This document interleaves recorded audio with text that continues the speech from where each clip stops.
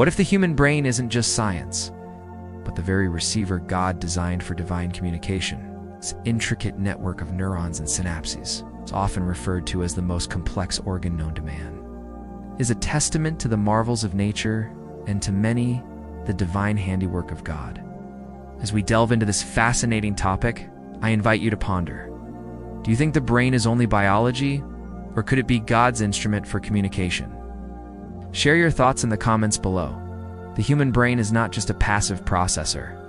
It's a dynamic, evolving entity that continues to adapt throughout our lives.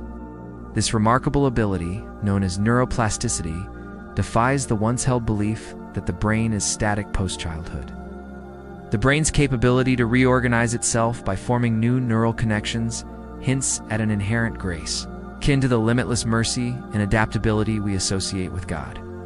It allows for second chances, growth, and redemption. Not only can our brains adapt and grow, they can also heal after trauma or injury. Similarly, God's forgiveness has the power to restore us, no matter the mistakes we've made. Just as neurons can form new pathways after damage, our spirits can rebuild and renew, guided by divine grace. This malleability of the brain mirrors God's mercy in a profound way. Just as our brains can rewire and adapt, so too can our spirits find transformation and renewal. The concept aligns perfectly with the words found in Romans 12:2, which states, "Do not conform to the pattern of this world, but be transformed by the renewing of your mind. Then you will be able to test and approve what God's will is, His good, pleasing, and perfect will." This scripture suggests that our minds, and by extension our brains, play a crucial role in discerning God's will and aligning ourselves with divine purpose. Given the brain's dynamic nature, could its ever-evolving pathways serve as conduits for God's messages? If God, in His infinite wisdom, created humanity in His image, then the brain's capacity for change and growth might be a reflection of God's own dynamic nature. As our experiences shape and rewire our neural pathways, we may be opening new channels for divine wisdom to flow through. This concept of the brain as a spiritual receiver isn't unique to Christianity. Across various faiths, from the Bible to the Torah, the Quran to the Vedas, we find teachings that emphasize renewal, wisdom, and growth.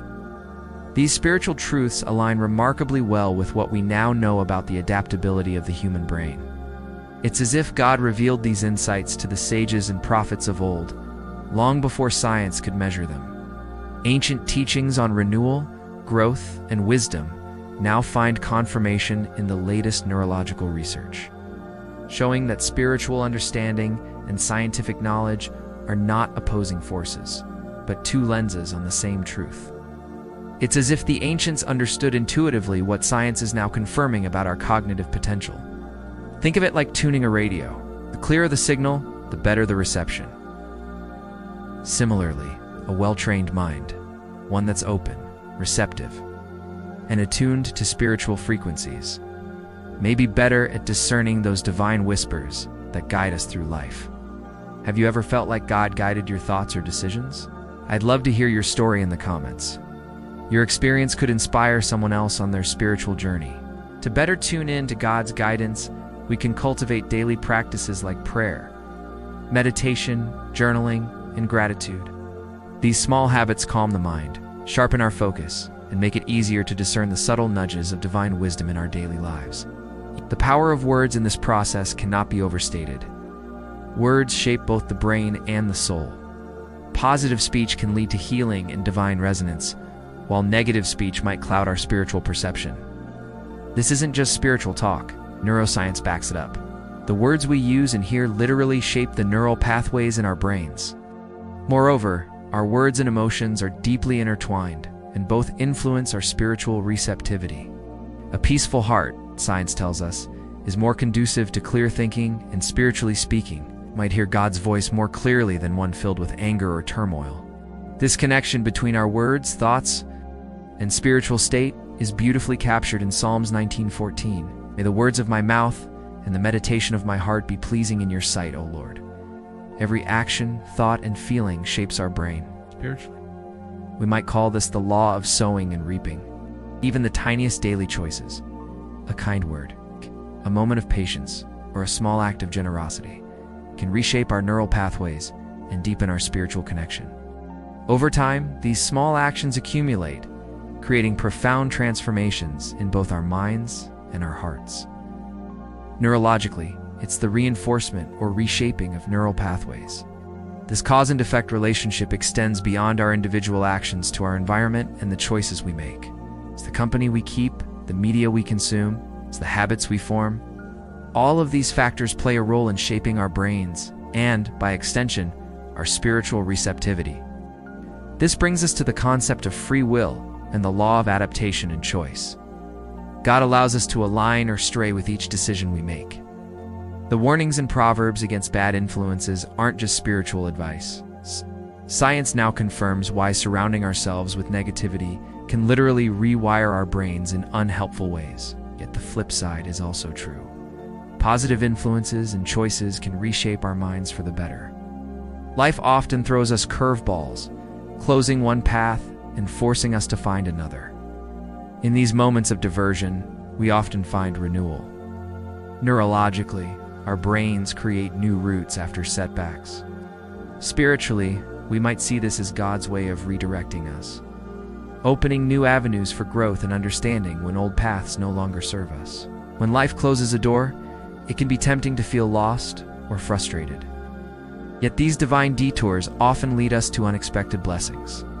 Just as the brain strengthens by forging new routes after setbacks, our spirits grow stronger when we trust God's redirection and embrace new paths with faith. Intense experiences, whether it's fasting, facing hardships, or taking on new challenges, stimulate growth in both brain and soul. These trials, painful as they may be, often become God's refining fire.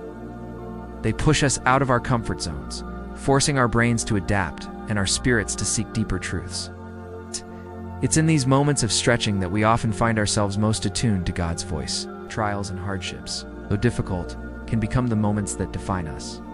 Science shows that stress and challenges can stimulate growth in the brain, while faith teaches us that adversity refines character and strengthens belief. By viewing obstacles as opportunities for growth, we can turn our struggles into testimonies of resilience, faith, and divine guidance. If you've experienced this, share your story in the comments. It may inspire someone navigating their own challenges. As we conclude, let's marvel at the brain as God's masterpiece, a creation that bridges the scientific and the spiritual. Far from being in conflict, science and faith harmonize beautifully when we consider the brain's role in our spiritual lives. Perhaps God is always speaking. The key is tuning our hearts and minds to listen. If this exploration of how God might speak through our brains has inspired you, I invite you to subscribe and join me as we continue to explore the fascinating intersection of science and faith. Together we can uncover more of the wonders hidden within the intricate design of our minds and spirits. Remember, every thought, every choice, every moment of reflection is an opportunity to align ourselves more closely with the divine frequency. Are you ready to tune in?